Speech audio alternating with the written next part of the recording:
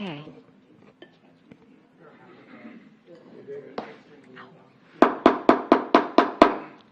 Good evening, and welcome to the City of Leon Valley City Council regular meeting. Today is Tuesday, March the 5th, 2024, and it's approximately 6:30 in the evening.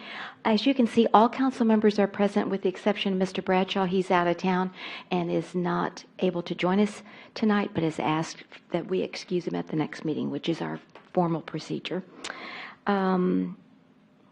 If you all would stand, then I will lead you in the Pledge of Allegiance. I pledge allegiance to the flag of the United States of America and to the republic for which it stands, one nation, under God, indivisible, with liberty and justice for all. Thank you. All right. And agenda item number 2 is citizens to be heard.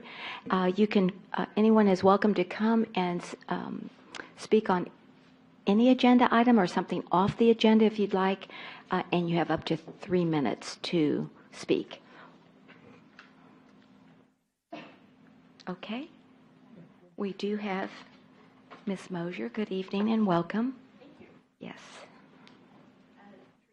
I've got a couple of concerns, and put them on the record. Don't fight me on the next door about the issue we're having with traffic already, and then there's been, of course, we've had a couple of zoning changes for more denser housing. You've got some more coming up. We're wondering what kind of traffic mitigation that we can offer the citizens to slow down the traffic in the neighborhoods, because people are shortcutting through Evers to Canterfield and back out to Huron, and I get it. No one wants to deal with the lights there. But unfortunately, there's going to be a kid get hit. That traffic is just going way too fast. If they can, I know no one wants to do speed bumps, but if they can lower the speed limit, something. And or ask these builders that are coming in to help increase our sidewalks, lighting, something, because they're gaining the money from it. And I'm also concerned about all the building going on and what impact it will have to the Leon Valley water structure, because I know it's very aged. So before y'all consider approving more, maybe hit the builders up for some funds to make some improvements, because they're going to impact our neighborhoods. They already have, and it's going to get worse. That's a given, and I get it. Everyone has the right to develop their property, but the citizens who already live here have a right to have a safe environment to live in. Okay. So. Thank you for those comments, Ms. Mosier. Do appreciate it. First name, Teresa? Teresa, yes. Okay. Anyone else? Okay. If not, then we will go to presentation 3.1. Presentation and discussion on the approval of the Annual Comprehensive Financial Report, ACFR, for fiscal year 2023. And we have Debbie Frazier, CPA from Armstrong, Vaughn and Associates here this evening to present. And we all got our book of the audit that is required 6 months after we close out our books in September 30th is what I read. So we're right on time. Yes. So thank you and welcome. We're glad you're here. Thank you very much for having me. You bet. We do have a presentation that I'll go over with you.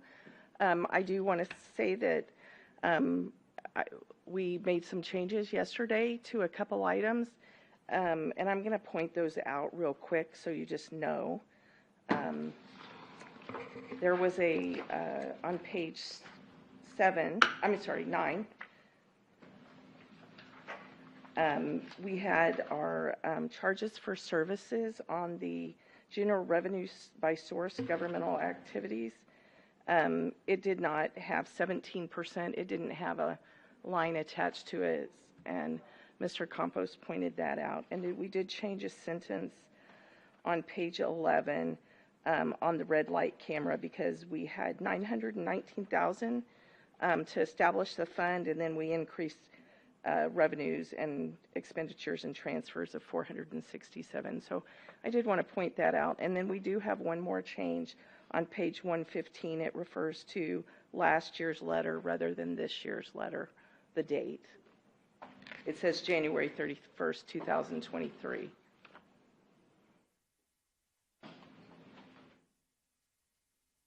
So if you go back to the slide presentation, oh, and also in the slide presentation, there is a correction or a change, if you looked at that before. So basically, you have the ACFR in front of you, and it's broken down into several spaces. Okay. So the beginning of it is the annual comprehensive financial report, and it contains the introduction, the independent auditor's report, the MD&A, the government-wide financial statements, where your financial statements on full accrual, and then your financial statements are on modified accrual, or the way you budget. Then you have notes to the financial statement, required supplementary information, combining an individual financial statements, schedules, and the statistical tables. The independent auditor's report, that's basically our portion of the report, and I can't get it to move. You received an unmodified opinion. This means that after adjustments, your financial statements were fairly stated and materially correct. The management discussion and analysis is, we wrote it, but it's from your point of view, and you kind of go over it and tell us if it's okay or not. But this is it's the highlights of your audit compared to the prior year. The financial highlights on your statement of net position. Your statement of net position is on page 15 and 16. And you exceeded your liabilities by $24.4 million at September 30th, 2023. The net position increased by $5.1 million. Now remember, this one is your full accrual statement, not the governmental-wide for which you budget.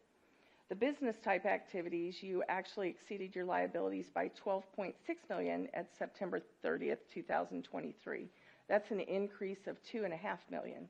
Your unrestricted net position there increased by $277,000 to $2.06 million.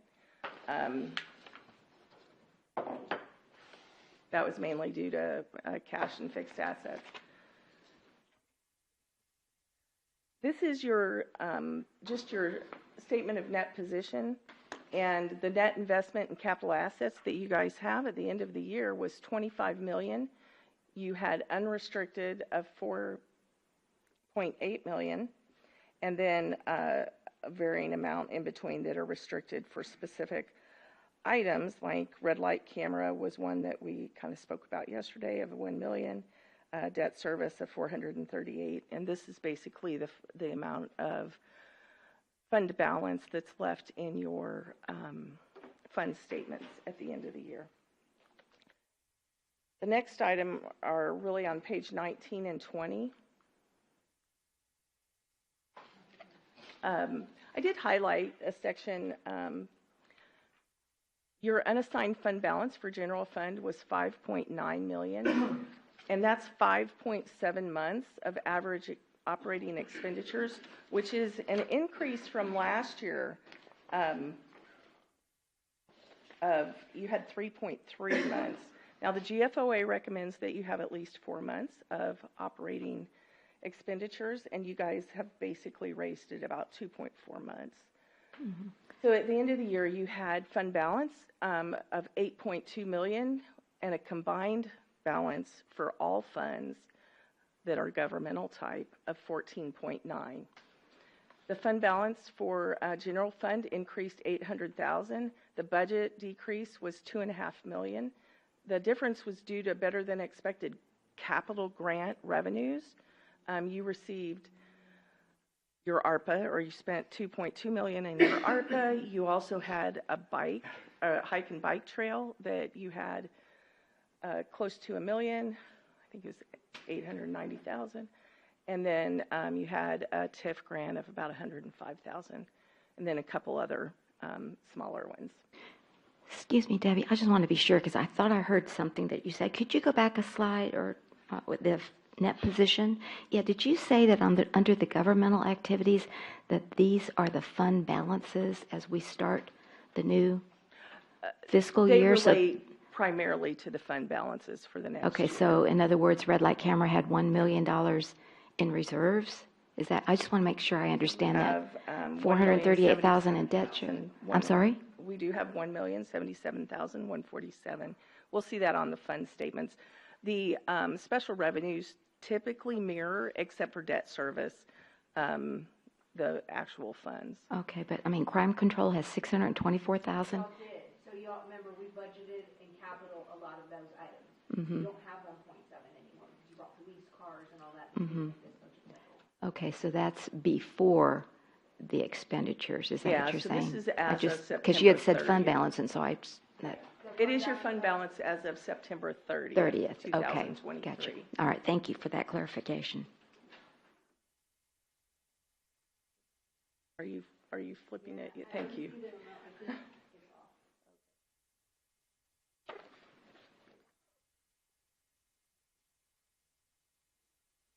I'm past. So the combined, all of your funds except for proprietary, those increased $4.7 million.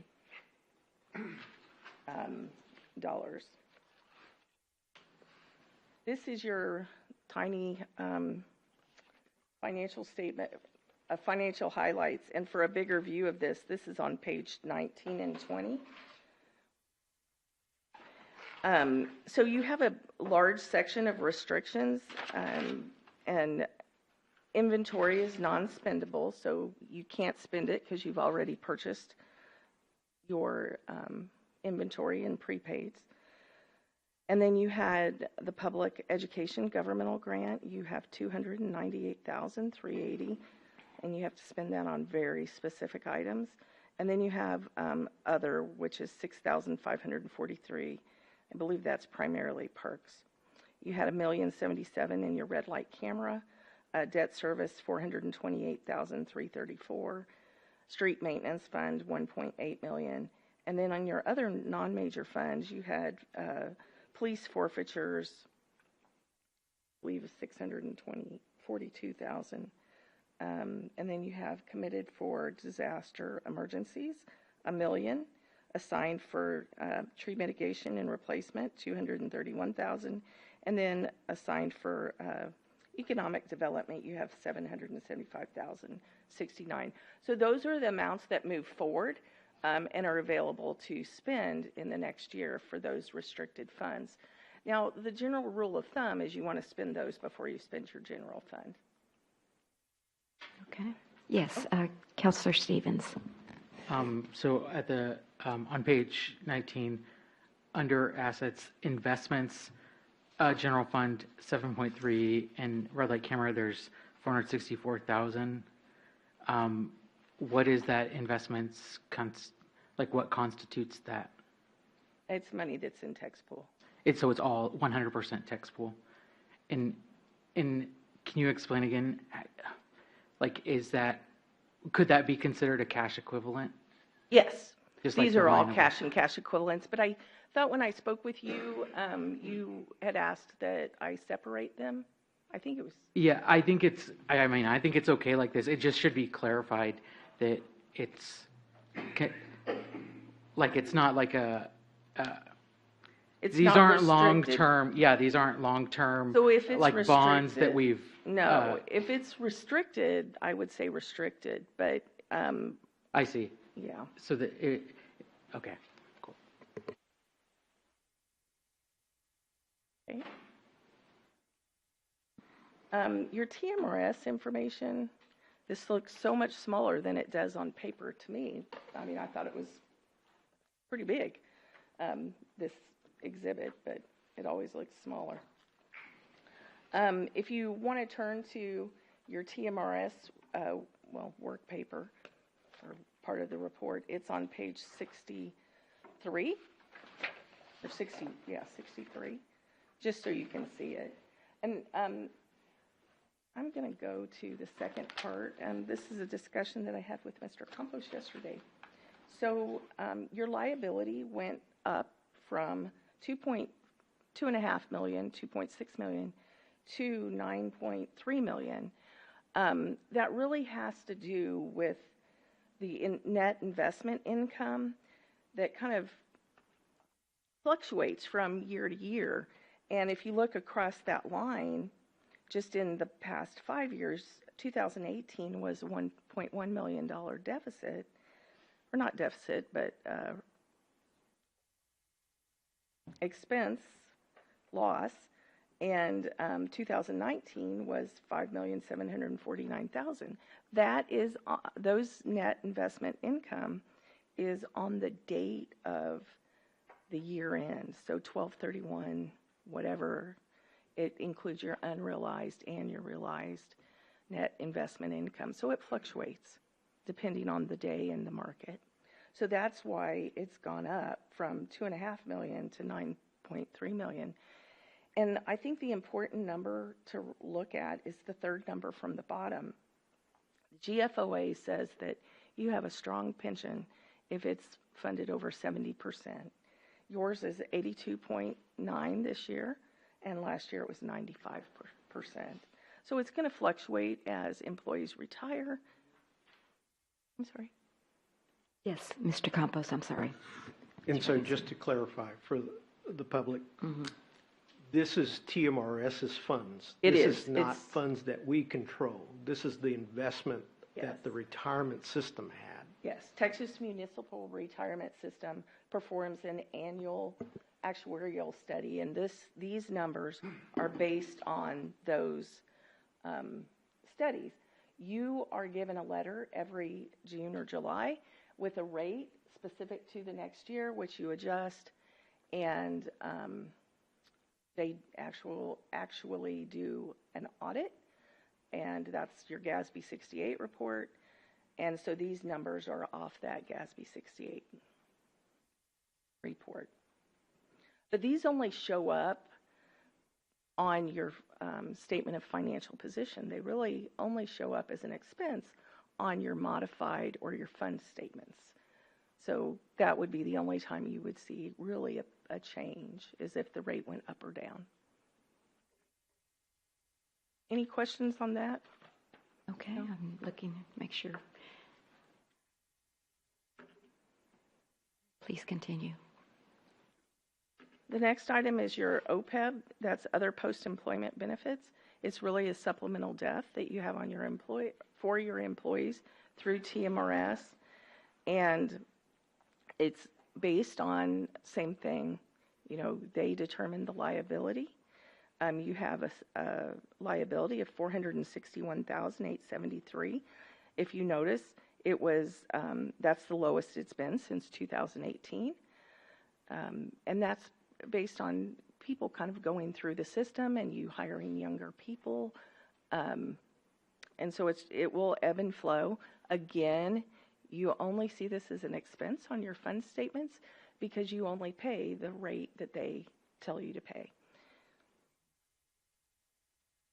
Questions on that? No. This is our trend analysis report. And the trend analysis report is just kind of a supplemental thing that I give you every year. This also changed. Mr. Campos pointed out that I had intermingled my columns. So if you look at the last column, 5.9 is the general government fund balance, unassigned at the end of the year, so that's available for you to carry over next year and spend. Yes, sir? Oh, it's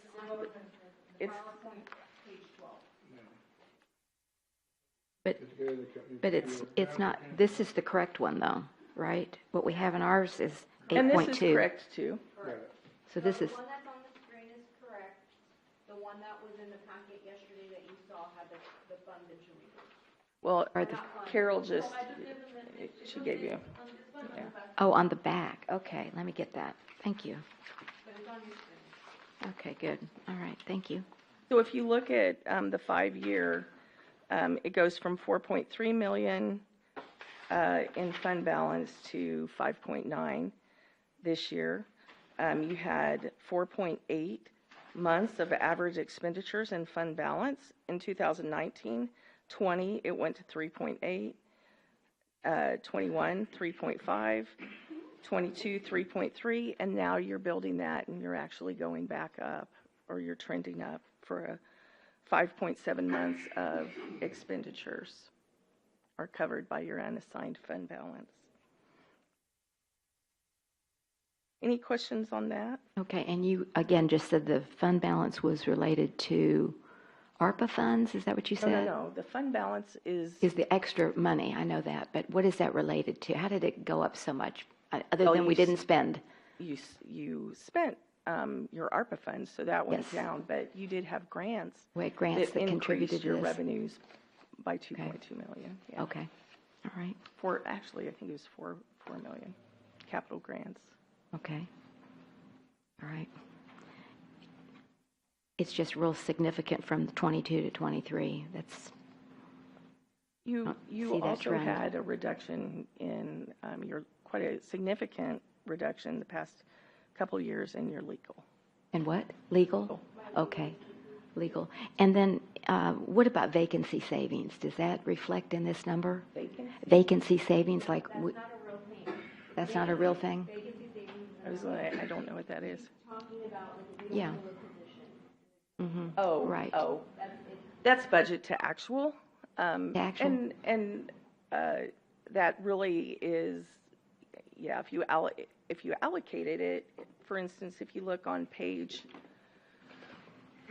60, I'm sorry, 56,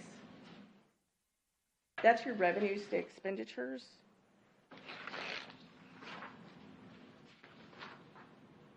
So you can see, the increases in revenues and the increases in fee, or increase in budget or decrease in budget.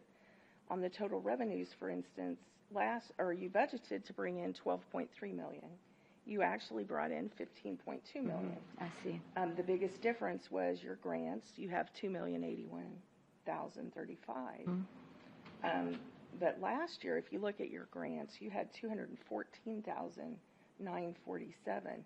You also increased, your sales tax by 100,000. Your property tax was about 200,000 over what last year was. And then if you start looking at your expenditures and you compare them to the prior year. They were lower, yeah. remember I budgeted really, I'm super concerned, I'm a little bit different than the previous city managers in the fact that I want to get I want that 5.7 to really be 6. So I've been making a conservative effort when we do your budget to get you to the 6. That's best practice. And then we make sure that we reduce your legal fees. And when we talk about vacancy savings, there's no such thing because you have to pay out overtime, and then you have to pay out all your PTO when somebody leaves. So we have a long-term employee, like right now, if somebody just left today, they retired, but they had $22,000 in PTO and in comp time. I And see. You still have to pay that out. But right. They were a 25-year employee. Sure. So. No, this is a good summary, thank you. I appreciate that. Yes, sir. Yes, question, Mr. Stevens, thank you. So when we're looking at this, though, because I don't want to get confused, this is like the dollar amount on that day, September 30th, 2023. And so, for example, like we have accounts payable of 462,000, at least in one account, and there's accrued expenditures of 310,000. And so a lot of this has to do with like the day that we're paying out our debts. And so some things we may have to pay out, we just haven't physically cut the check yet. Right. And so this number could be artificially high depending on how many checks we haven't cut yet, or how many projects haven't been fully completed where we've paid the final.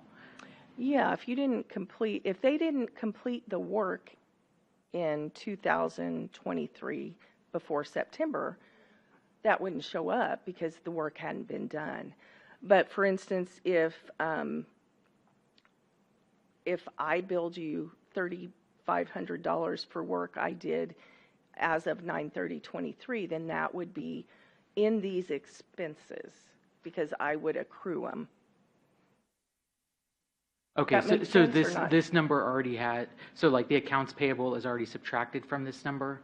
It's or debited from this number? It's included in the expenses, yes. So, yes, so you're. But when we're looking at this specifically, the trend analysis on fund balance, general fund, It is included in that number. It is Accounts payable and accrued liabilities, we would pick up and include in that number, Oh, yes. okay. Yeah, yeah. Interesting. Okay, thank you. Mr. Campos and then Mr. Martinez. So Debbie, we have received grant funds that we have not spent. Right. Correct? And Yes. so that would increase the fund balance. No. Okay? I'll ask you to turn back to page, just so you can see it in print. If you look at page 19.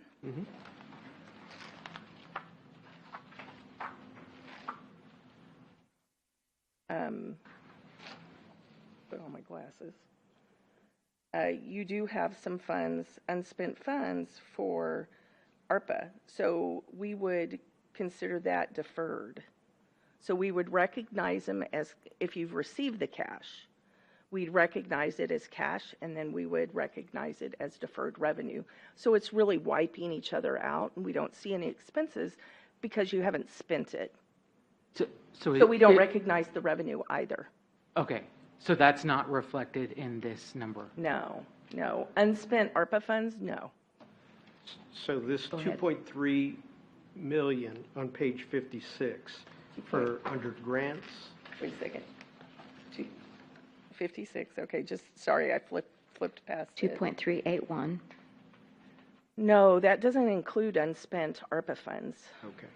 or any unspent grant funds. I think ARPA was the only grant fund that you had that wasn't spent though, right? Yeah, I think it was just ARPA, but we bought, in this year's budget, you bought your ambulance, so it'll be Okay. wiped in this.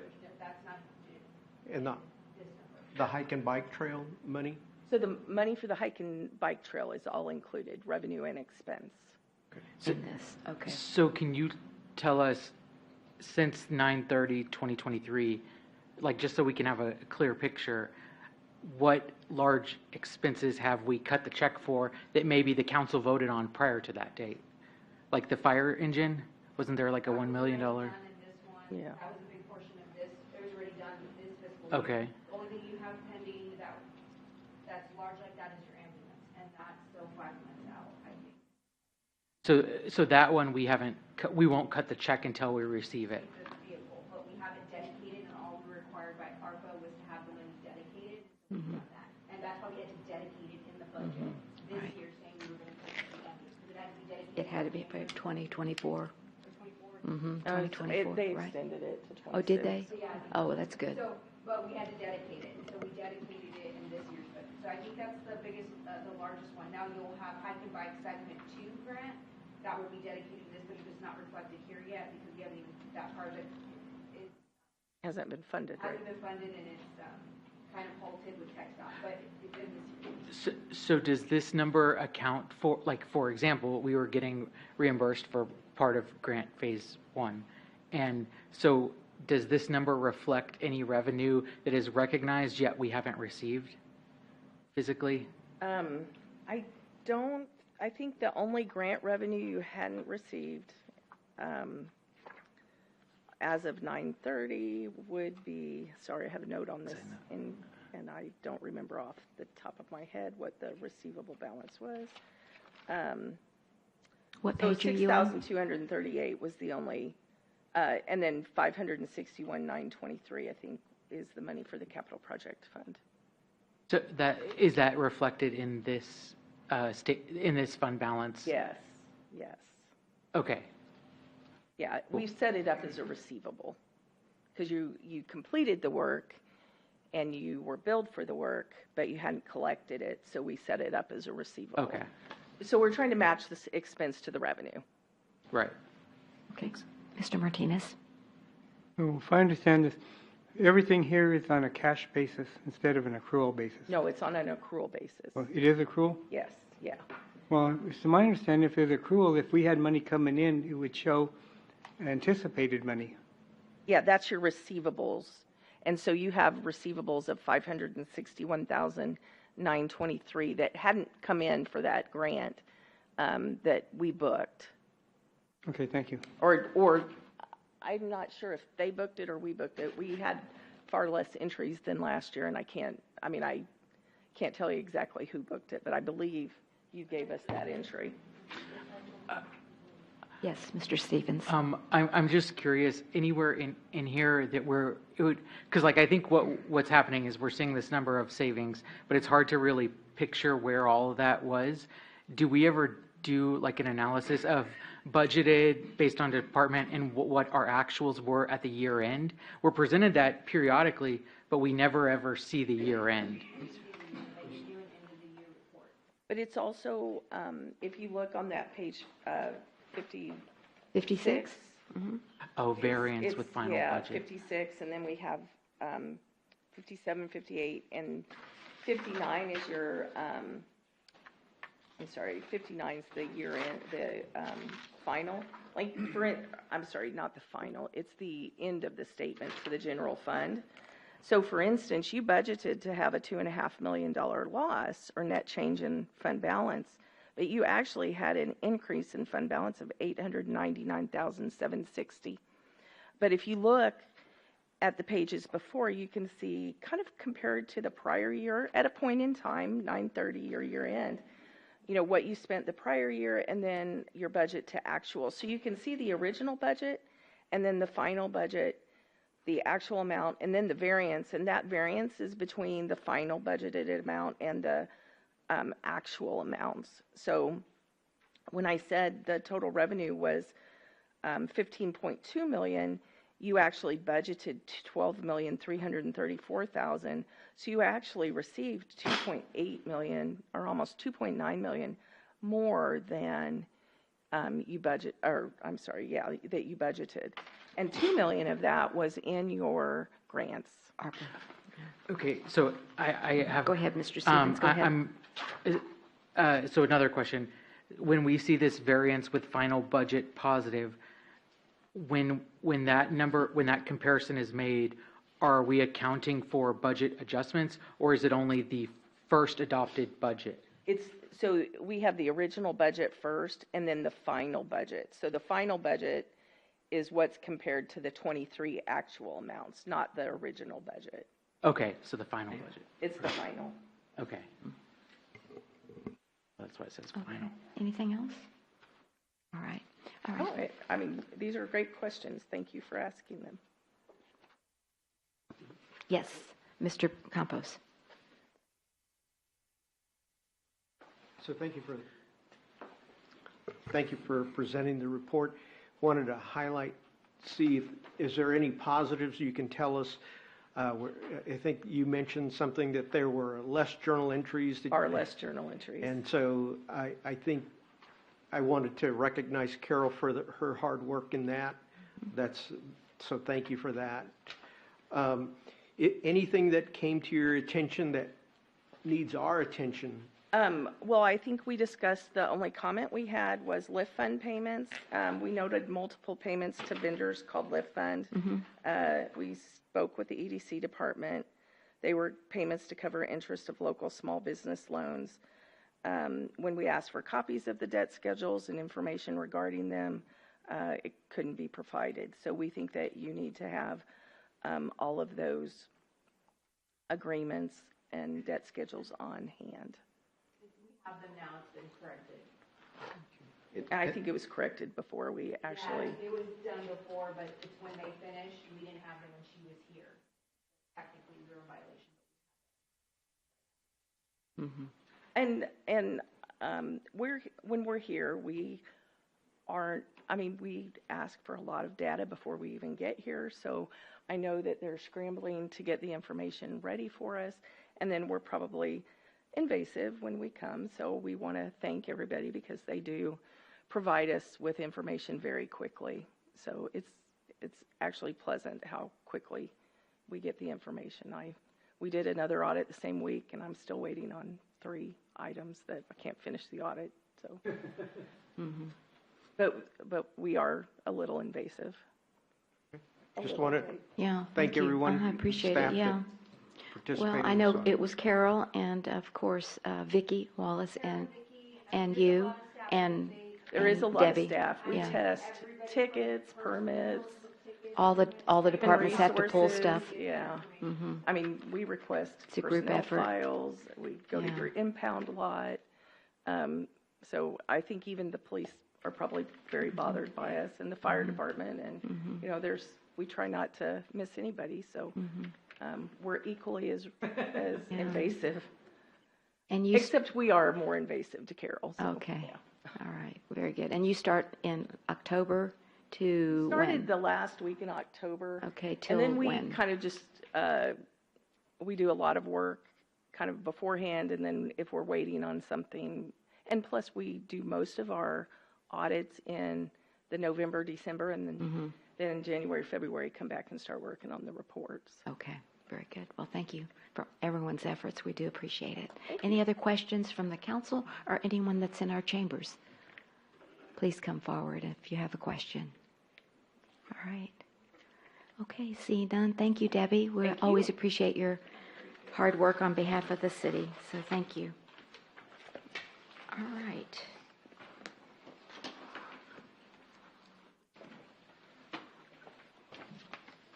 All right. 7:06, 6:30. Okay, so we move then to announcements by the mayor and city council. I have a few announcements, then I'll ask my colleagues if they have anything else. Just thanks to Crystal Miranda and the city staff for putting on the Earthwise Living 34th annual event that was on Saturday from 9 to 1. And the Earthwise committee members supported the event and volunteered their time. And I mean, we had, I think, great vendors, musical performances, door prizes donated. The grand prize was $500 from HEB gift card, and we had a lot of people that stuck around because they wanted that door prize. So really appreciated the e-waste component that Crystal Miranda added this time. And then we did something different this year. We had everyone that came in, instead of just giving them a bag, we gave them a little card, and they had to go and visit 10 booths and get a stamp or a signature. And then when they finished that, so they could learn something, you know, about, we had about 35 vendors there, so 10 was not too onerous, I don't think. And then they went and they got their bag and, you know, got a raffle ticket and a spin at the raffle. So they got something free. So, and the vendors really appreciated it. They said, Mayor, you have a very talkative community. They ask a lot of questions. So they really had a good time. So anyway, thanks again to I think the whole city staff was there, and thanks to all of our sponsors besides the city: Tiger, CPS, VIA, Missions Baseball, HEB, Randolph Brooks Federal Credit Union, WellMed, SAWS, and San Antonio River Authority. So we hope to see everyone next year. It'll be March 1st, 2025 for our 35th annual Earthwise Living Day. All right. Then yesterday, the manager and I attended a Bandera Road Working Group meeting. We had about 25 in attendance when they were in person, and we had some people online, and it was really a very productive meeting. We got an update that the corridor is 60% of the environmental is completed, and they hope to have 90% at the end of the year. And the reason that's significant is because you have to finish the environmental before you can do the right-of-way acquisitions. And so that's very important to work with the businesses on those right-of-way acquisitions.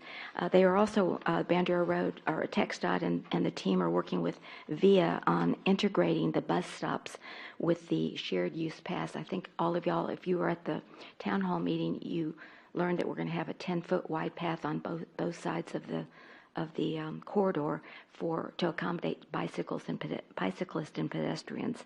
And so VIA is going to need to integrate into that.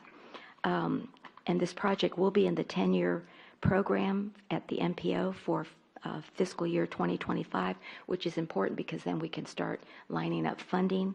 And they mentioned category 2 and 4. This is the Texas transportation categories. And then the next thing this spring is they're going to have meetings with the property owners in our room here at City Hall. They really appreciated being able to bring in the property owners and just let them know, you know, what's coming up. And then on this coming Friday, there's a meeting with the technical support group, and I don't know who from our staff is going to go. It's going to be me and either Melinda or Dave Dimmer. Okay. I'm Yeah, and it's be the same presentation that they gave us yesterday. And then at the end of May or beginning of June will be the next public meeting, and we'll try to advertise that, and that'll be at the city church to give an update to the citizens on what's going on. They will have a video and explanation of our cuts. We've had a lot of citizens asking us about that, but I do want to clarify that we're not the only city that's going to have our cuts and the ability not to go across Bandera Road. It's going to be up and down the corridor. And so that's really important. Our cuts is where you can only take a right, and you have to go down and then flip around and take a left to come back. But they've studied it, and this is the preferred option for moving traffic. So, okay. And then the utilities will be moved first, and then construction, they hope to start in 2028. I asked the questions about what are we going to do to accommodate the businesses that'll be affected by the construction, and then also communication to our citizens and other residents and other people that go through Leon Valley and City of San Antonio on closures and, lane reductions and stuff like that. And that's coming up. They didn't have that ready to respond yesterday.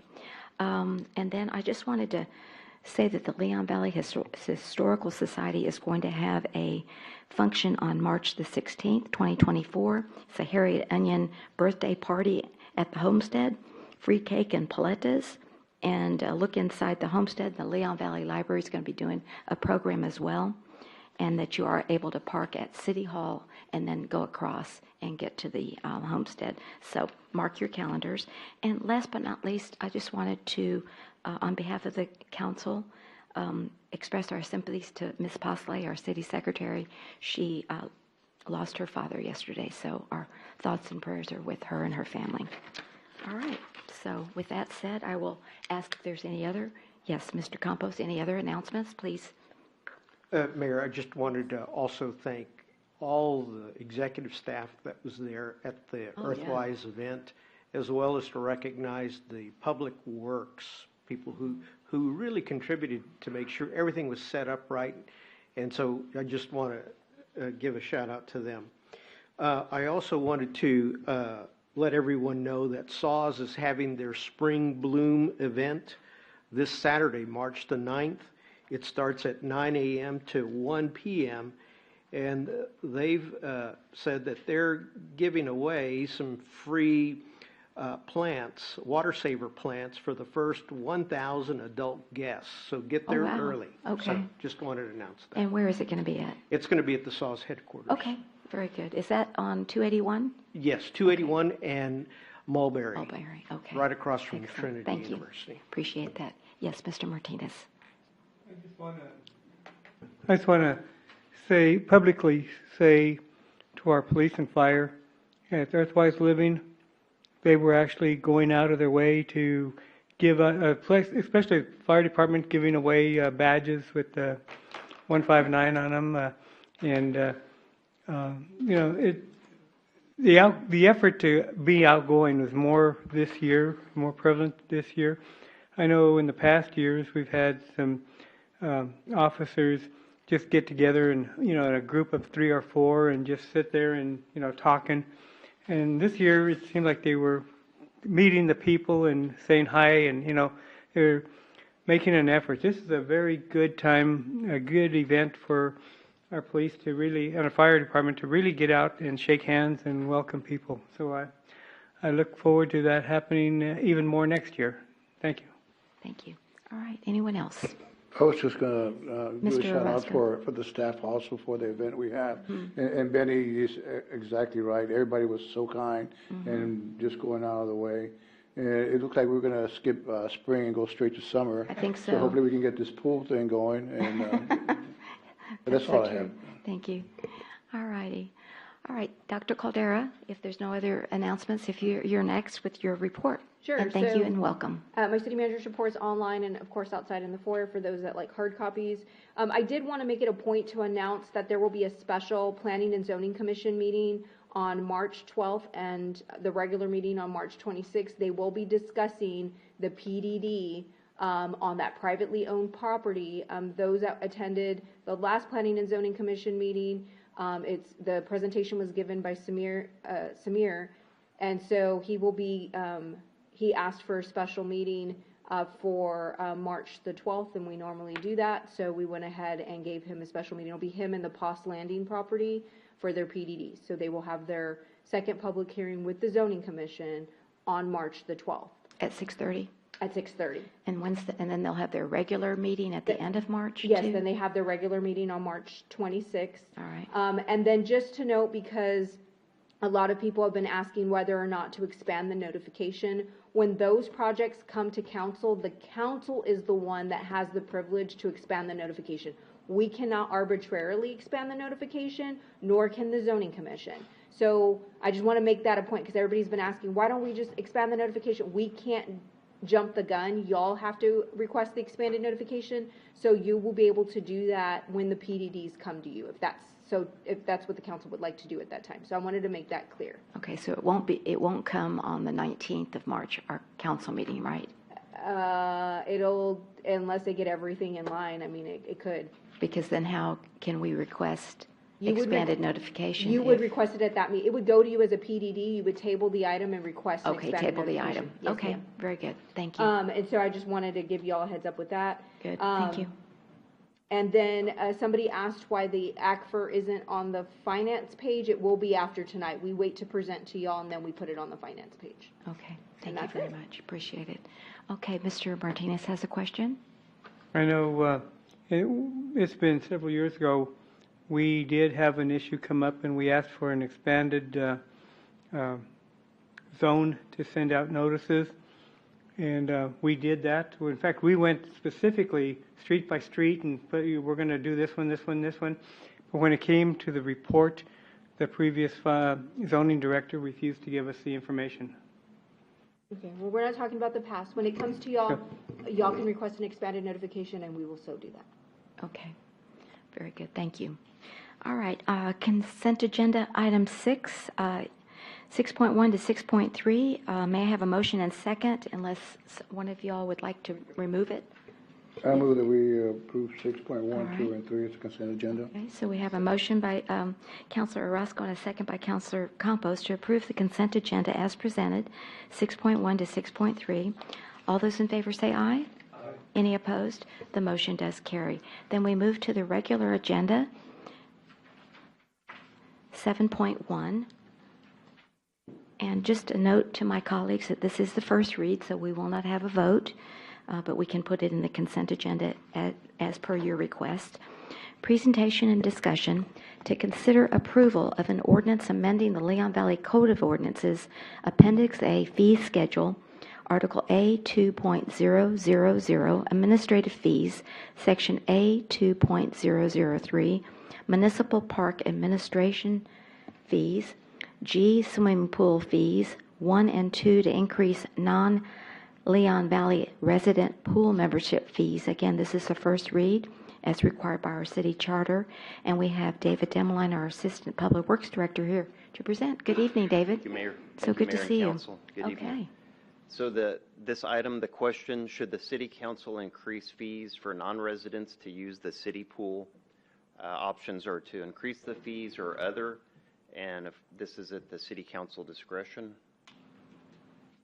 We provided a briefing in November, or staff gave a briefing in November of 23, recapping the 23 pool season. The report indicated that a large number of non-Leon Valley residents were using our pool facilities, and so the City Council asked us to prepare an ordinance increasing the fees for non-resident pool usage. So what we have here is for the adult non-resident, we increased that to $100 from $60. And for children under 18 non-resident, from $40 to $50. And then under the affordability tier, we increased the non-resident from $30 to $40, and the child under 18 non-resident from $20 to $30. And so we're estimating that this would increase our revenue somewhere between $6,000 to $8,000 for the upcoming pool season. Of course, this is at the city council discretion, and I'm available to answer any questions that y'all may have. Okay, very good. Mr. Orozco, Councilor Orozco. Thank you, David. Can you go back one panel, please? One more. How did you guys make a determination on how much you were going to raise the fees? What was your criteria on that? We really, as far as raising the fees for the non-residents, we really just focused, the majority of the increases for the adults, the non-resident adult, and then as you could see, the child under 18, we increased that $10, and then we left the affordability rate just a small increase of $10. So the majority of the increase, we put that towards the adult, non-resident. Well, that's pretty smart, because 63% of the people that utilized the pool were non-residents. Yes, sir, that's correct. Now, did we ever make a determination of whether we were going to close any of the pools, Doctor? So this summer, you're closing the community pool off of Strawflower, will be shut down this summer. And we went out for RFPs, which you will see at the next council meeting, to award your contract for the pool season for just one pool. So it would be the Forest Oaks pool. Right now, you also authorized an engineer to come up with some plans for y'all for that new pool. Okay. And so we're waiting for those plans to come back. But this season will just be the Forest Oaks pool. We're closing down the community pool just to see how it operates. Very good. And we may make some some minor improvements to give them their money's worth, right? Is that what we're discussing? So we're going to make sure that it's safe. So you had a ladder break over there at the Forest Oaks pool that needs to be replaced. Something was wrong with the handicap thing that we needed to fix. ADA compliant? Work on some lights In the in lights. the pool. Okay. So, but we don't have a large list of improvements, but those, we should have an estimate for that by the time we meet on the 19th. I can provide that. And what's our date to open the pools? Are we It's open gonna during spring be break? It's Memorial Day Saturday, so I believe it's the 27th. Okay. Yeah, 27th. yeah, I'm okay with the increases. I think that. And we're trying not to put more money into the pool because more likely that the pool needs to be completely redone. So we don't want to invest a whole lot. All right. Thank you, Doctor. Okay, anything else? Yes, Mr. Campos, Councilor Campos. So, Mr. Demmelin, could you go back one more slide?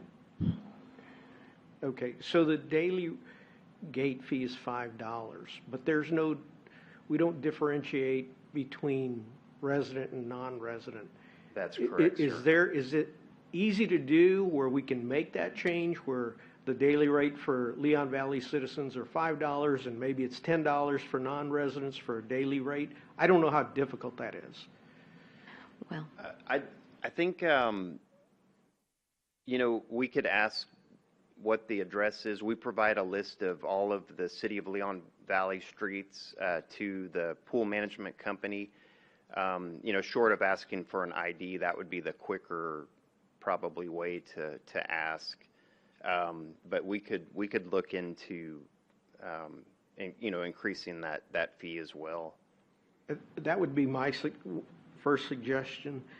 And the other one, as I'm looking at the season pass for non-resident adults, we're going up over 66, just short of 67%. But we're only going up 25% for the children. Do you think we ought to go up? Well, I'll ask my colleagues whether there's any appetite for going up to maybe $60 rather than just $50 for the season for under 18. And then my last comment, in number one, thank you for the presentations. Great. The affordability. I could see where we're trying to help our community with the affordability aspect, but I'm not so sure that I would want to extend that to non-residents. And can you just basically walk me through that affordability analysis? I mean, it seems like it's pretty complicated.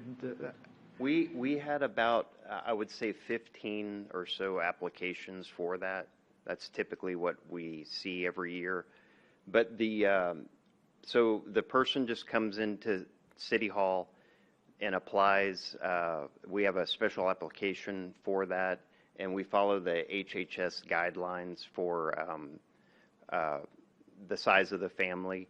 And so they just basically fill that out and leave it with the front desk, and then they forward it to Public Works, where we kind of review it and then go from there. So, Is there any support, like if I say I'm from a family of 10 and my income is X, do I have to provide my tax return, or is it just on the form and we just make that decision?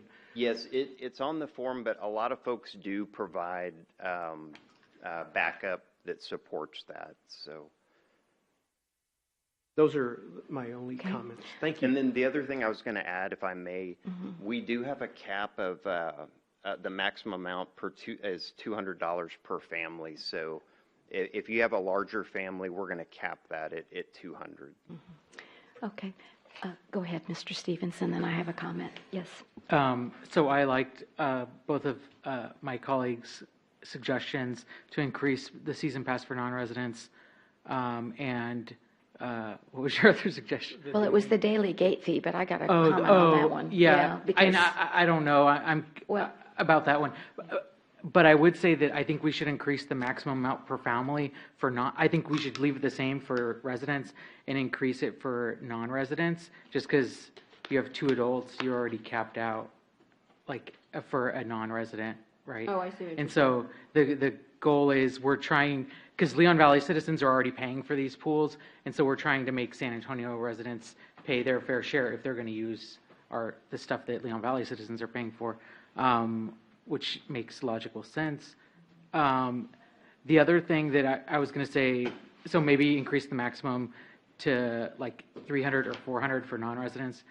But I would also, and I think we've talked about this in the past, and I know we have the free swim days like on holidays and stuff like that, but I would like to see maybe like in the Lions Roar for our residents to like just do like a old school coupon where you have to cut it out, but put like 4 free passes for residents. Because I think sometimes like residents aren't going to pay for their first, new businesses experience this also. You have to like lure people in, and I think it would just be a service to residents, because ultimately they're paying for the pools.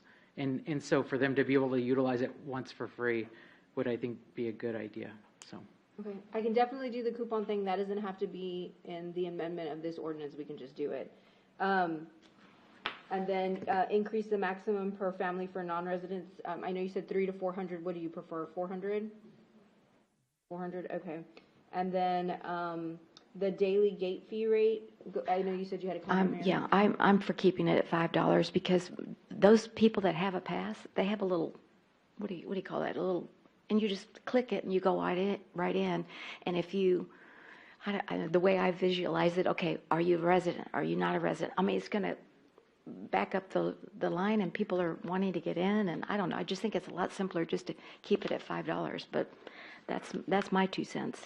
I just, because we're increasing it everywhere else. So. Do you want to keep it at $5, or do y'all want to meet in the middle and just increase the daily gate fee altogether to like $7? So if we're doing I'm just going to sell this to you. Mm-hmm. So if we're going to give our residents free coupons in the lines, maybe like 2 editions of lines, or put like 4 free coupons or something they can cut out, then they'll be waived from that $5 fee, and then it'll ultimately just be for at least the first use per year. It'll be $5 just for non-residents. I don't know if you're okay with that. No, I'm agreeable to that. Okay.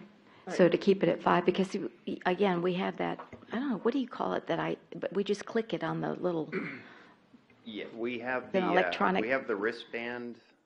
Well, last year I had like something I put on my my keychain, and so then I just swiped it as I went through. The fob or whatever. It has a little hole for your. Yeah. And so it's real simple. Yeah, real simple. Now, when are we going to be able to talk about the swimming pool? Would that be the next time as far as programs and hours and lifeguards? And all? That's the next meeting? Not this meeting? Yes, this is just the... We'll bring forward, Mayor, the management contract. Mm-hmm. Okay. And we can also have a person there from the company. Okay, that'd be great. To answer any questions. But yes, we could kind kind of include all of that as well. So you've already chosen a vendor for this coming summer? Proposing, we Oh, went out but for I an mean, you've RFP. recommended Yeah, to the we're council? going to recommend Okay. somebody to you at the next Very good. meeting, yes. Okay, thank you. All right, anyone else? So this is a first read, so would y'all prefer it to be on the consent agenda, or you want to hear it again? What, I just kind of, I'm sorry. No, Mr. Campos, go right ahead. Are my colleagues, would they entertain doing away with the affordability program for non-residents? Oh, that was it. Yeah, I would be in favor of that. Same here. I'll be agreeable to Okay, that. is that the consensus? And The affordability rate would For only be for non-residents, just for residents then, it would the affordability apply to? Okay, I would like to have this read again at the next meeting instead of on the consent agenda, because, we Well, have there's some, only we have two a few cha- questions. Well, there's only two changes. You're gonna increase your I'm fine with that, it don't matter, but maximum amount per family for non-residents to $400. We're gonna remove the affordability For section non-residents. for non-residents. That's the only changes you made. And excuse me. go ahead. I suggested moving the under 18 non-resident from 50 to 60. That was the other.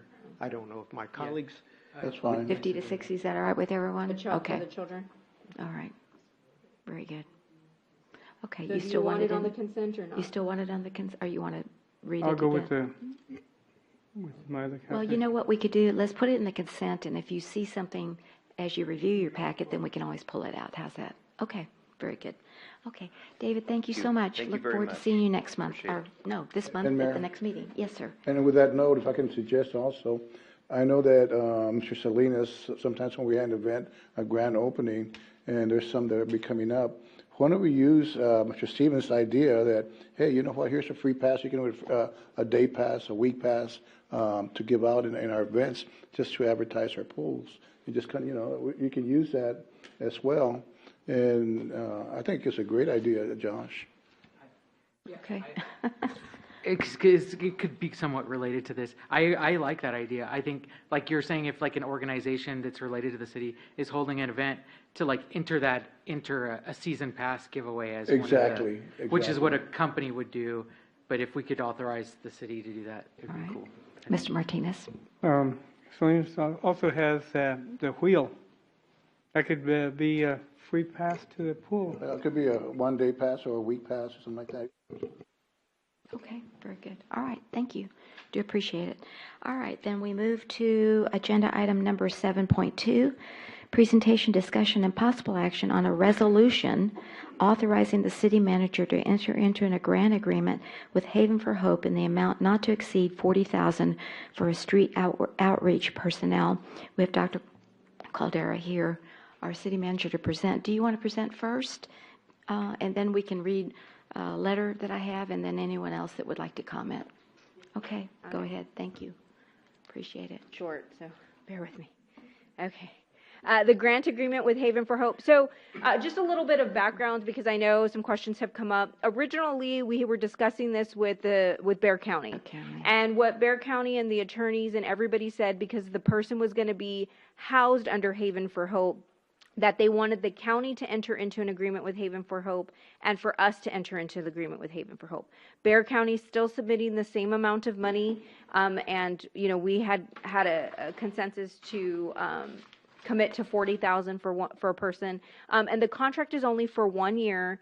And if you read the terms, you can get out of it for any reason, with or without cause, within 30 days. So as you're getting your reports, if you feel like they're not living up to the standard that you have, you can always withdraw, and it's a pay as you go. I'm not just cutting them a check for $40,000. They have to submit detailed invoices Every for month. what that money is being used for, and that's when the checks are being cut. So again, this is a grant agreement with Haven for Hope for $40,000 for street outreach personnel. Essentially, what this person will be doing is going around our city and collecting data from our homeless population, so they can determine what kind of resources we need to provide to our homeless population. Is our homeless population addicts? Is it affordable housing? Is it veteran aid? Is it just an elderly population? And so they'll go around our homeless population and get data. So then we would then know what type of resources to solicit either from the county or maybe co-partner with the city of San Antonio or maybe provide ourselves in order to help abate our homeless population. That was just a little bit of background. We did adopt a new Chapter 8 offenses and nuisances, and essentially this doesn't allow people to camp on public property. So they couldn't camp at Raymond Marcus Park or on city grounds. They would be asked, the library, or if we had a letter from a privately owned, like Hobby Lobby, let's say, we could ask them to leave as well. There was a budget adjustment to help remove encampments, but it was withdrawn. We ended up having enough money at that time to be able to remove that encampment. The fiscal impact with this resolution, again, would be $40,000. The next item is, I'm kind of taking them both kind of together, is a budget adjustment for the $40,000. And the reason I'm asking for the full $40,000, even though we're starting kind of mid-year, is so we can get the commitment now to be able to sign the agreement.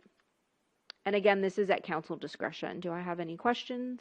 Okay, are you taking both 7.2 and 7.3 together? then? Yeah, so Okay, we so they really still go have together. They so- do go together, but you have to read because the other one is an actual ordinance, so we actually have to read it. But you can I can answer any questions you may have on either of the two.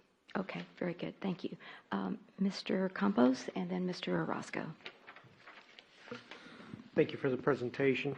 There was something in the contract that caught my attention, and that's under Article 4, invoicing.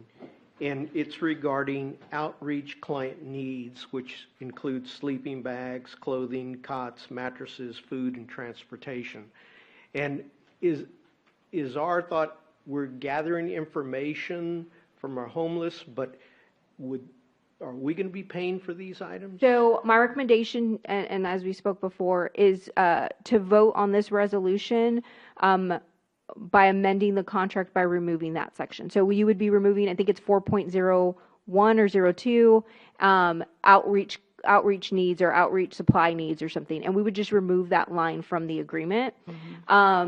We should be only paying for personnel, fuel, anything to kind of go with the personnel. So benefits, maybe their office supplies. They could line item that. But for the outreach supplies, if you decide to make your motion this evening, if you make your motion to adopt this resolution, I would make it with that amendment. Thank you. Yeah, I didn't know if that was something that Haven for Hope was requiring. So Bexar County, as part of their lump sum that they're giving to Haven for Hope, theirs is all encompassing. And so I will let you know, Bexar County wrote the original agreement to help me on legal fees, so our attorney wasn't writing the whole contract. And so they're helping at a larger extent than we are. They're providing housing and larger grant funds. So I think that was probably one of the things that just kind of stayed in there. That's what I was. So again, my recommendation is that you, when you vote on this resolution, if that's the area of concern, I would just amend the contract to have that strike. That. Yes, Councilor Orozco. Thank you, Mayor. And just help me understand, I don't know, we have a representative for Friends with Hope here, right? No. No? Okay. If we don't go with this, okay, I'm sorry, I didn't know. I'm like, did I miss somebody? So, Doctor, if we don't go into this contract, does Bexar County pay Haven for Hope to come to city and help us with the homeless? No. Why not? We have city, our citizens pay county taxes. And you get a free dispatch center. Say that again? You get dispatch. You get a free dispatch center. So as part of so the county does help the city an awful lot. You have your hike and bikes, some of the sewer stuff, your drainage at Seneca West. And so I try not to nickel and dime the county. When we talked about this, Judge Sakai is really big on partnerships and not just taking from the county, because that's what a lot of suburban cities do, is just try to take, and we don't try to match or provide buy-in or have a stakeholdership in the process. And so since this was a pilot program that we really kind of were asking for help on, it's not like the county asked us for help. We needed help for the county to come in. They want to hire 2 people. and they're going to dedicate, since we're putting in the money, they're going to dedicate that time, that $40,000 worth of time, to the city of Leon Valley. Because if they hire 2 people from the county, they have 26 suburban cities. They're going to hire 2 people. There was no guarantee that those 2 people would end up here. Okay, so, yeah, going back to Article 4, and I've been reading this a couple of times, and I was going with a negative attitude about not getting it. But it had indicated on here that the project efforts include outreach staff, salary, taxes, and benefits. So we're paying the salary of those 2. Yeah, well, not 2. You're paying the salary of a person, and of that person, their hours. If you look at one of the forms, they have to hit certain benchmarks and measures and provide reports to you. I think we put in there. We changed it a couple times. Monthly. I think it's monthly or quarterly. Yeah, I can't. We went back and forth with how many reports they were going to provide.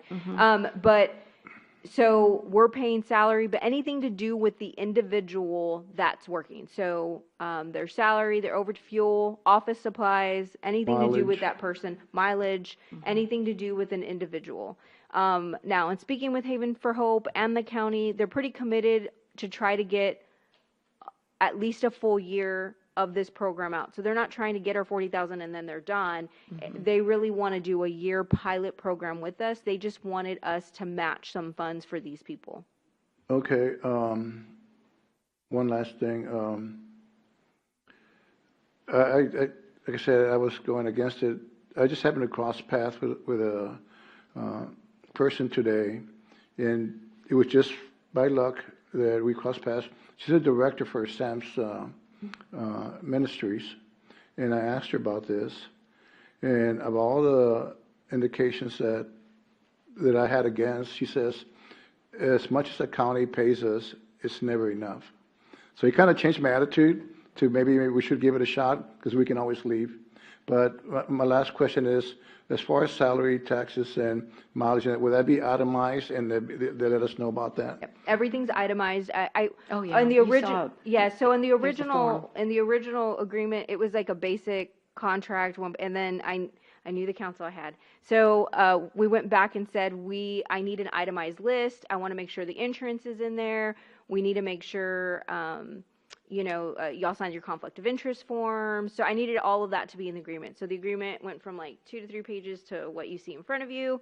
And so every attorney from Bexar County to our attorneys to Haven for Hope, everybody's kind of reviewed the agreement already. I don't think they're going to have a problem with us striking that item, because I think their true goal is to get a salary for the salaried position. They are getting an extensive amount from the county right now, in order to fund that. All right, thank you, Doctor. Thank you. Yes, Mr. Stevens. So I support this. I think we have are you from Haven for Hope? Oh, you're just citizen. Okay. Okay, So let me introduce David Beals. David and I partnered on January 23rd, and we counted the homeless that night, point to point. And David is a Forest Oaks resident, and he just was interested, and so he and I partnered. And I've got some comments, but I asked him to please join us so that he could. do y'all know our point in time when you did it this last time compared to the year prior? No, I never have the got numbers that. yet. We don't have the numbers yet. They Yeah. do the calculation, and I think we get them, what are we, March, April? I think last time we got them like in May. So we don't have it yet, but as soon as we get it, we'll give it out to you. Okay. Yeah. So I support this just off the bat, but there was an article I was trying to find. I could not find it. I think it was in the Express News. It was very critical of how when we were passing our homeless ordinance last year that we were essentially just shoving the problem onto other surrounding organizations. And I think there was actually a lot of validity to the case they made. And so I think this will at least start kind of the effort of helping address the problem and not just shoving it into other jurisdictions. I do know I found San Antonio's had budgeted in this budget that we're in right now more than $17 million just to go toward homeless outreach efforts, prevention programs, and encampment cleanups. And that's in addition to like federal dollars and other local bond funds that are being spent on affordable housing. However, I like that when they did their budget, they had a goal for that $17 million.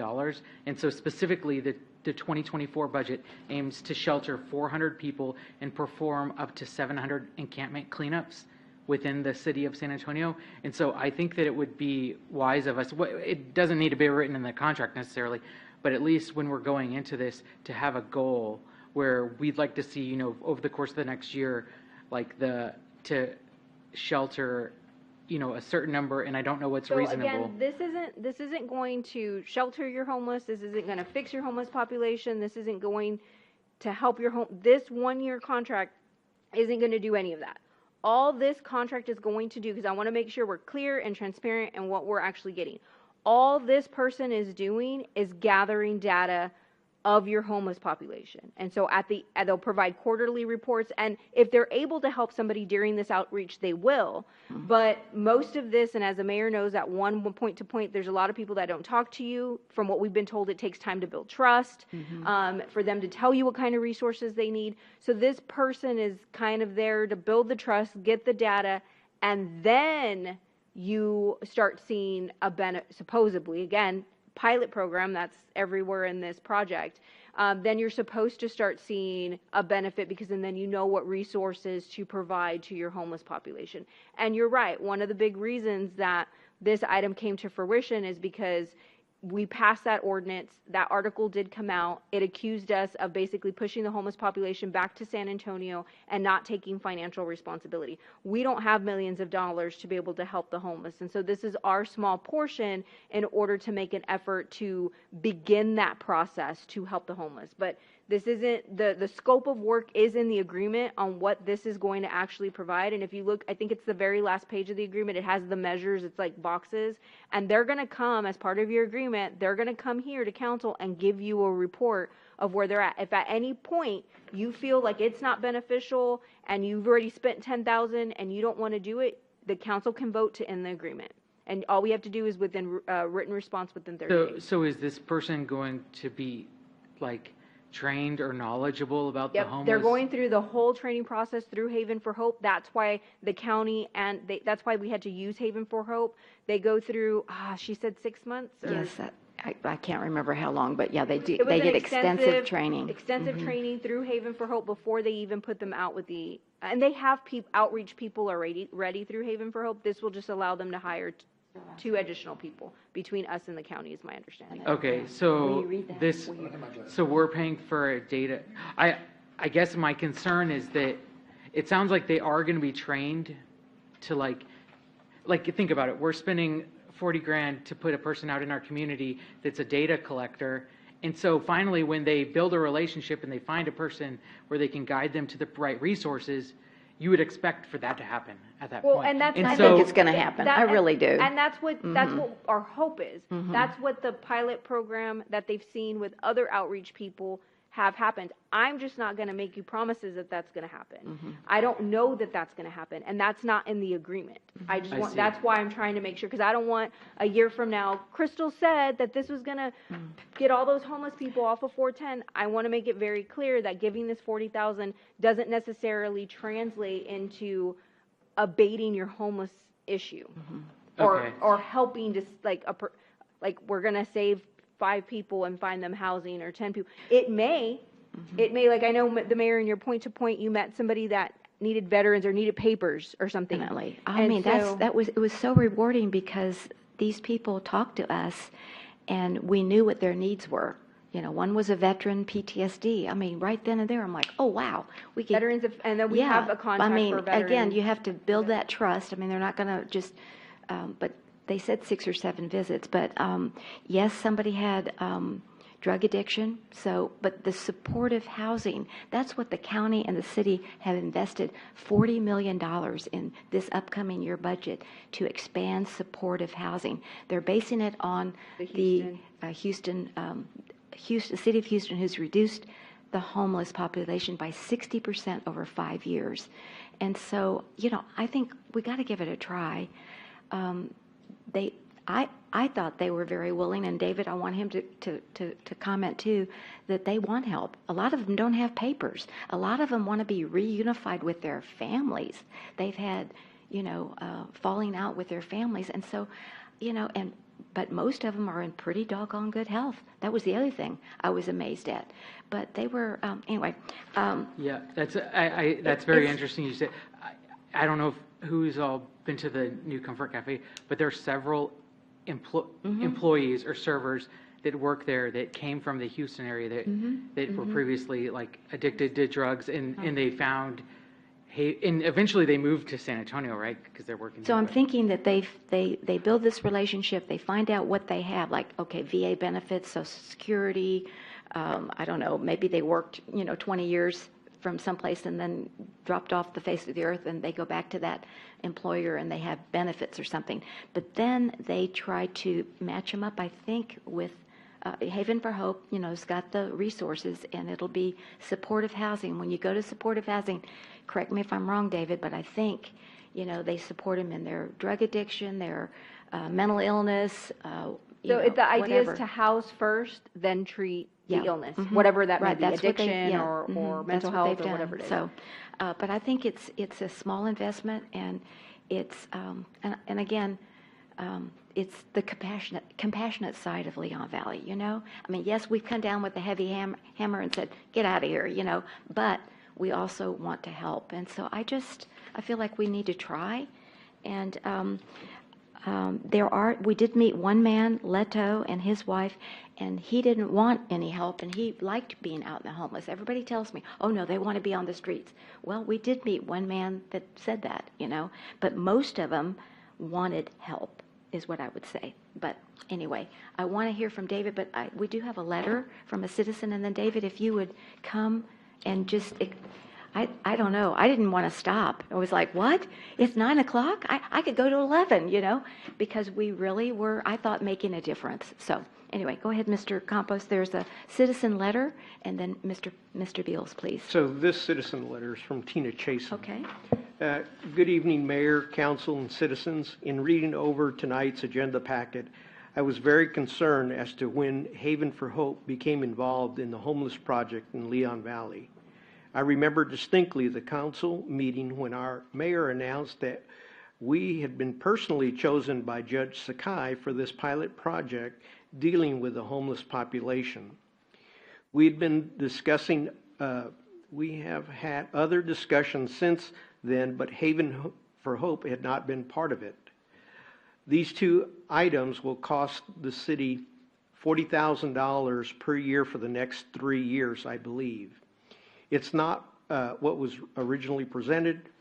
Our city, in my opinion, cannot afford to pay half the cost of Haven for Hope hiring an outreach person.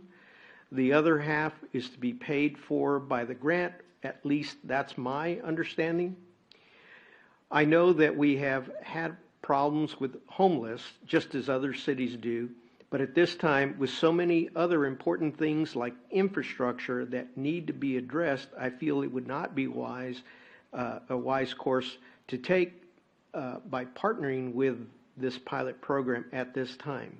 Thank you for taking the time to read my concerns. Okay. Respectfully, Tina Chasen. Thank you. I appreciate that. Just a point of clarification, we're putting $40,000 in, but I believe, Crystal, the county is putting like $200,000. I mean, Like that 140 or 150. They're putting in much more than we are to provide us with a outreach person. And I'm- 40,000.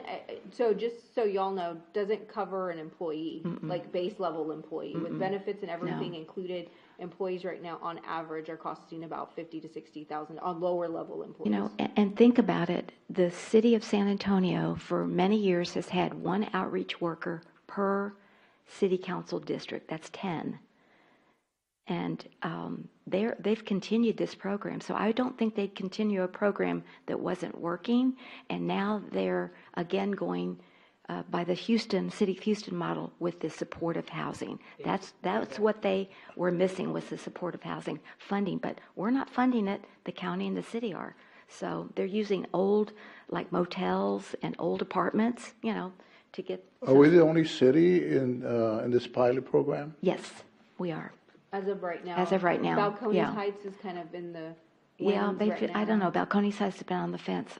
They were going to join, but they have not. So, okay, David, please come forward, And David reached out to me, gosh, right after last June, and said you wanted to help. So thank you. Good evening and welcome. And you'll just state your name and where you reside. Mayor and members of the council, I am David Beals, and I live on Forest Bend. I've been a resident of Leon Valley since 1983.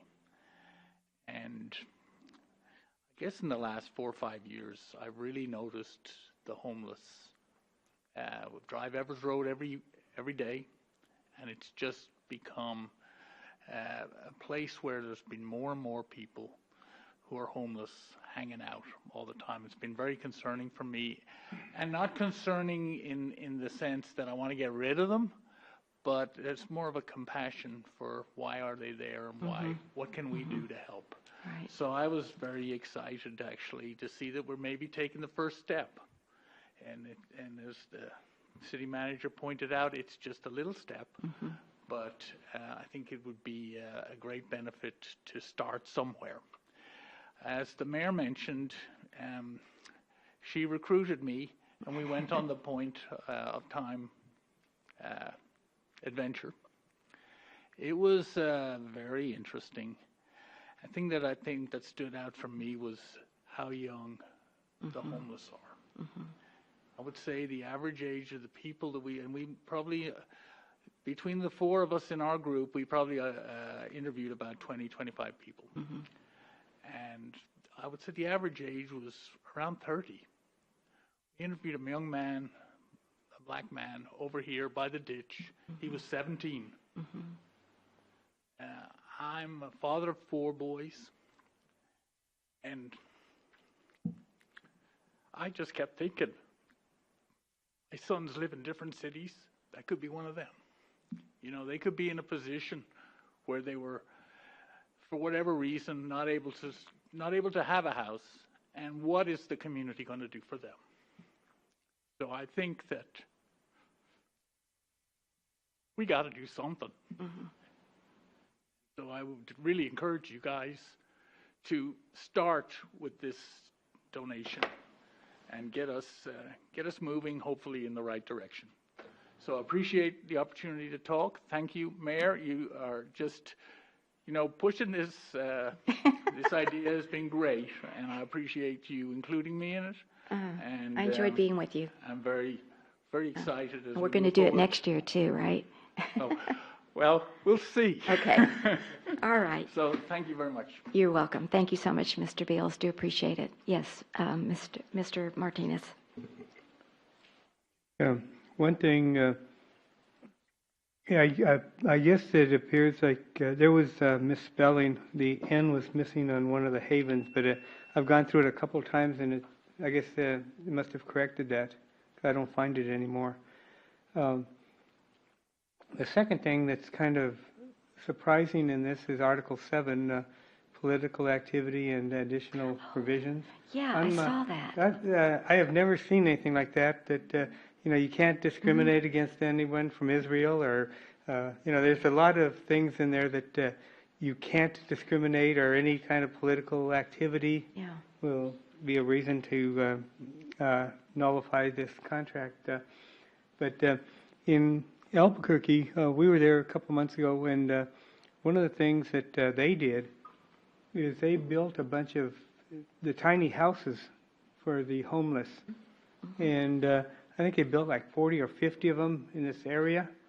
Only 3 of them are being utilized because to move in, you have to be drug tested on a regular basis. If you're found to be using drugs, they kick you out.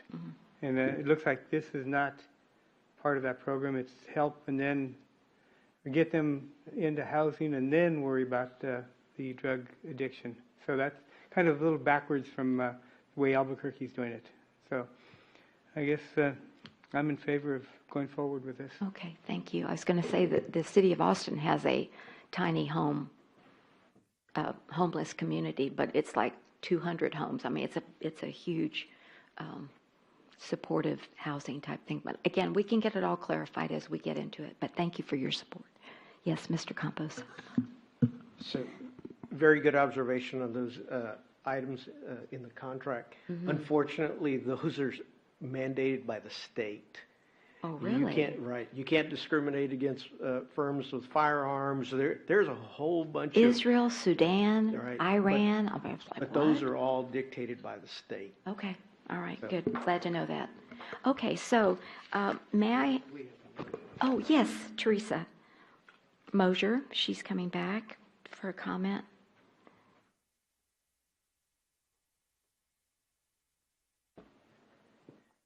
Good Teresa evening and Mosier, welcome. Canopo.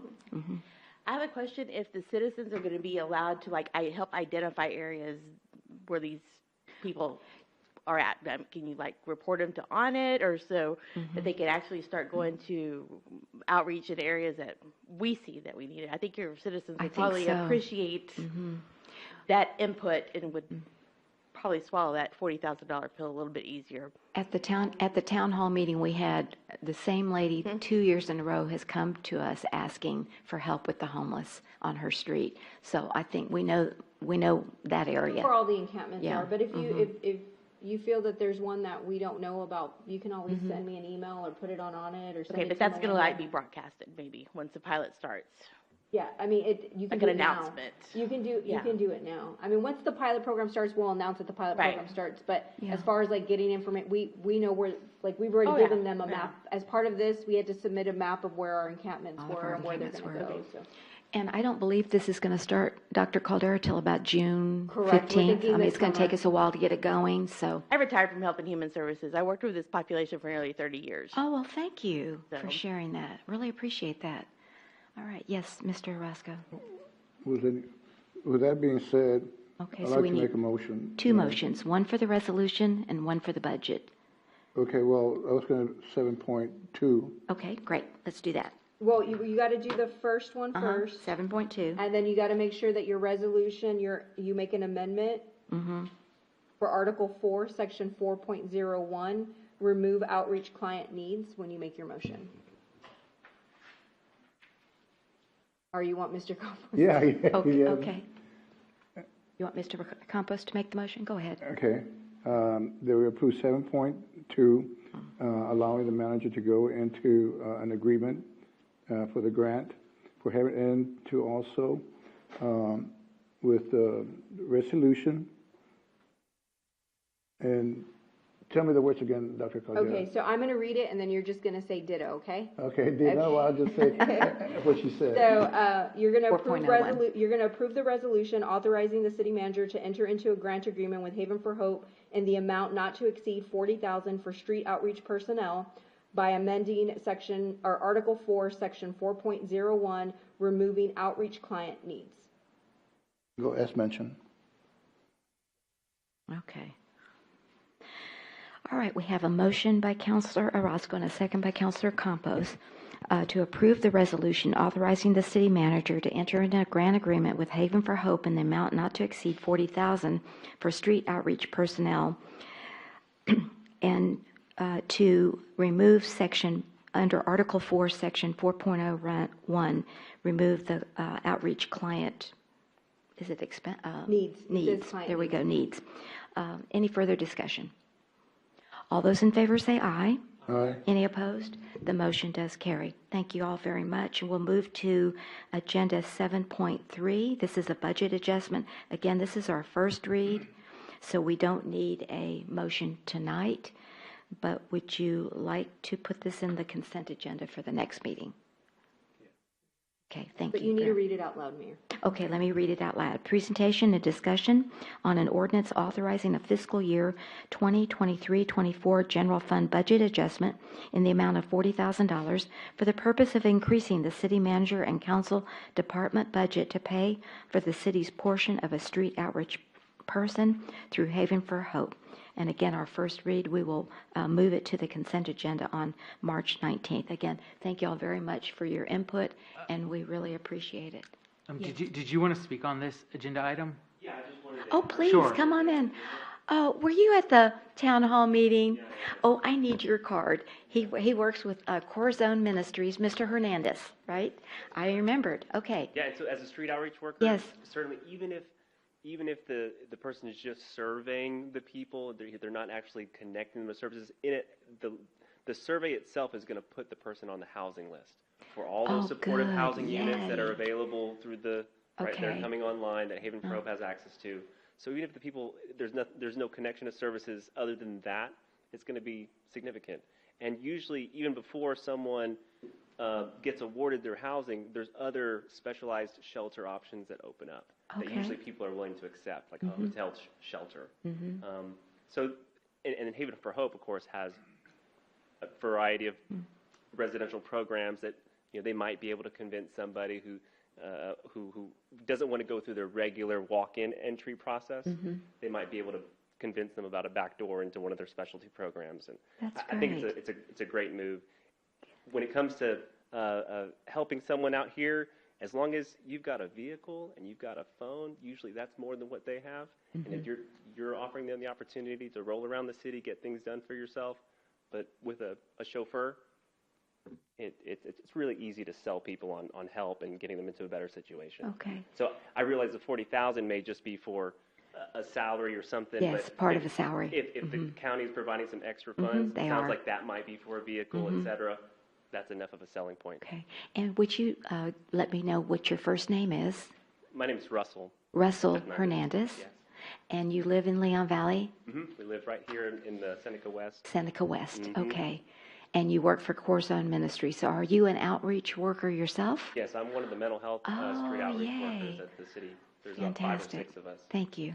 Does he have a card? Appreciate that. Do you have a card? If you'll leave it with the manager, so we'll let you know when they're here, when they report the first time, so you could be here. So thank you. Yeah, and whenever that person gets onboarded, I mean, even Yeah. if it's in the email newsletter, Okay. if they're able to put that person's contact information if they're willing to have it. Okay. If we ever see somebody call. Excellent. Thank you so much. And how long have you been doing this work? I've been doing this for the last 2.5 years. Wow. Bless you. Thank you. All righty. Appreciate your efforts. Okay. So we just read it, and we'll put this on the consent agenda. All right. Moving then to agenda item 7.4, presentation, discussion, and possible action on a resolution adopting a revised mission and vision statement for the city of Leon Valley.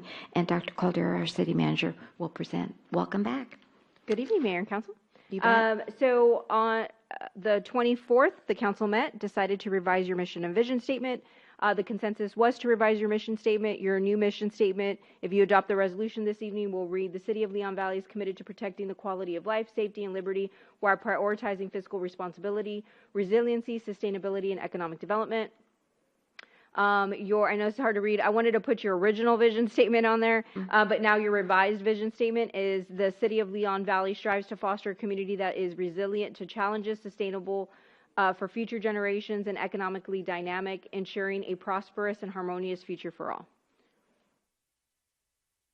Okay. And so I stand in line for a motion on this, and then after that, I need a date for y'all to come back to discuss whether or not you're going to have core values and your goals and objectives, a date for when that y'all would be, but it's appropriate for this item because it's part of this. Sure, I got you. Okay, very good. I just wanted to thank my colleagues for coming in on a Saturday. I thought we worked well together and adopting a new vision and a new mission statement. So thank you. And what is the pleasure of the council? Yes. Make a motion? Yes. I'll second it. All right. We have a motion by Councilor Campos and a second by Councilor Martinez to adopt the revised mission and vision statement. All those in favor say aye. Aye. Any opposed? The motion does carry. Thank you. Moving then to agenda Very item. quick, Mayor, before yeah, we leave that item, I just wanted to get a date. that's Or you want a Saturday again, or do you want to do it before council meeting, or? We do have the coffee on the 27th, and so we could do it on that day if that's something that y'all would like to do. I was just going to give a brief presentation on dispatch and where we ended up. That was kind of a promise at the town hall, or like why we had to contract out for dispatch. So I'm going to give a brief presentation on that, but that shouldn't be very long. So could we add this to the agenda That's item what I was- then, to the coffee? What do I y'all was think? just asking if that would be okay I with think y'all. that might be, what do y'all think? I don't know. It's a little complicated, I think. Yeah. Do you? Yeah. I think Okay. it's like You the think we way need we to did it still- last time. you'll get too much, it'll just be overwhelming. Maybe so. Okay. Okay. I'm okay with it being like before a meeting. Our meetings have been running pretty short, so You just jinxed it. we're at the end tonight, so. Well, how much time would we need then? It just depends. Like we could take. I like that we chopped it up a little bit. Yeah. So like we could do core values next time, and then we can start on like goals and objectives. And then you can make a determination if you're going to do goals and objectives for like each of the departments. So we could take like police and fire first. We could take our time with it. There's not a rush. I just, whatever's palatable to y'all, I'm good with. Like we could start at, if the council makes a motion, we could start at 6. And we could take one goal every meeting from now until y'all get it done. You could come in on a Saturday and knock out like we did. We knocked out that stuff pretty quickly. So you could take 4 hours on a Saturday and knock out, a good chunk of it. It's up to y'all. We're amenable to whatever y'all would like to do. What else do we have to, it's the core So value. it's core values, and you don't have to have, there's a lot of cities that don't have core values, so you don't have to pick core values. I think some of y'all saw the city of San Antonio's and y'all liked that Oh, that's way right. Single words. the single word thing. And so that's up to y'all if y'all want to do that. And then goals and objectives. Once you have your core values, then we need to sit down and establish some goals and objectives for the future. And from what I heard from that meeting, it sounded like you wanted goals and objectives for like each of your departments is kind of what I gathered. I don't know if that's how that meets your Probably a mission. good way to do it. And I've seen a lot of cities do it that way, but then I saw some cities that just had, like, main goals and objectives for the fiscal year, so. Why don't we try coming in, well, can y'all come in early for the meeting? I mean, like at 5:30? Benny, I know that's hard for Kind of you. makes it hard, but I can try. Yeah, so we could do maybe an hour before the next meeting Okay. on the 19th? What do you think? If we do that, I would say just keep it as part of the regular meeting. Because we've done this before where you have 2 meetings, then you have a big gap in the middle that's just like wasted time. No, so what we can do is we can start the meeting at 5:30. Yeah, And then we can put that at the end of the meeting if you want, so then there's not, I don't know. Yeah, It's up to however y'all. I just know when we did like a special meeting like at 5 once and then the regular meeting at 6, and then we ended the special meeting like in 5 minutes, then you're sitting here for 55 minutes. Yeah. So, and it could be. Again, I think we can can set the check- agenda to where we can just flow into the Yes, next yes, meeting. I ma'am. think that's what we'll do. Yes. Yeah. So that we won't have that gap, Can I Mr. get Stevens. consensus for 5:30? 5:30 on March Yeah, 'cause per 19th? the agreement, I can't call a meeting earlier than 6 without y'all's permission, so. Oh, yeah, I'm good Yeah. with that. Is that I all prefer right? that Y'all over want to make a Saturday. motion to start it at 5:30 I on the like my 19th? steak medium. Okay. How about a motion and a second, just to be sure? I'll Okay. second. All right, we have a motion by Counselor Roscoe and a second by Counselor Stevens to meet at 5:30 on March 19th to continue our brainstorming on our core values and/or goals and objectives for the city. All those in favor say aye. Aye. Any opposed? The motion does carry. Thank you. So we'll do 5:30 on March 19th. Okay, very good. 24. Okay. Agenda item number 8. Anyone have agenda items that you'd like to be considered for any future meeting? Yes, Mr. Stevens. I'd like an agenda item, I don't know, maybe you'll second this, but a discussion and possible action on abolishing the security policy for council meetings, or amending it, or changing it like it used to be, where citizens are able to enter back here and move about freely. Okay. So I don't know if you'd be okay with that. I would be okay with that, but if I understand it correctly, that is a responsibility of the chief of police and only the chief of police. Correct. It's actually, I think it's in your charter that he does building security. And there's a reason that we have it that way. We did have an incident where a scuffle happened, like right here, right outside here. And so if something were to happen, it's within close proximity. The chief of police is not in our charter. No, but I want to say building security We're the is in government. something. No, I understand. I want to say building security is dictated in something, whether it's Yeah, it's Kelly's previous manual. No, oh, maybe that's what it is. Again, we can bring it forth. There's reasons why security is set up the way it is. We don't have I understand there's reasons that it's set up the way it is, but I also understand that we're the city council and generally we can change things and we can just follow the Texas law. Yeah, absolutely. I mean, I don't have a problem with that. I just want to make sure that y'all understand that there were some security issues, and that's why we enter into the front Yeah, of the building and on the side of the Right, building. oftentimes that's like self-created though, and whether we add it, did you want to add it to the agenda or no? I'll second that. For discussion, at least? Okay, For discussion. cool. Okay, I make that, I've got that on the future agenda items with Mr. Stevens and Mr. Martinez. Okay? So you do not want them wanded at all? You just want them to enter up here? I'm just trying to make sure I understand exactly what you want. Yeah. I'll talk to Benny and see, and then I'll just send you an email. Okay. Okay, yeah, just so that you can be prepared for the discussion. Yeah, Okay, yeah, I know that. very good. Okay, all righty. Well, it's 8:15 on March the 5th, 92 degrees today. Oh, gosh, what's it going to be like in May? But anyway, move to adjourn if there's no opposition. Good evening.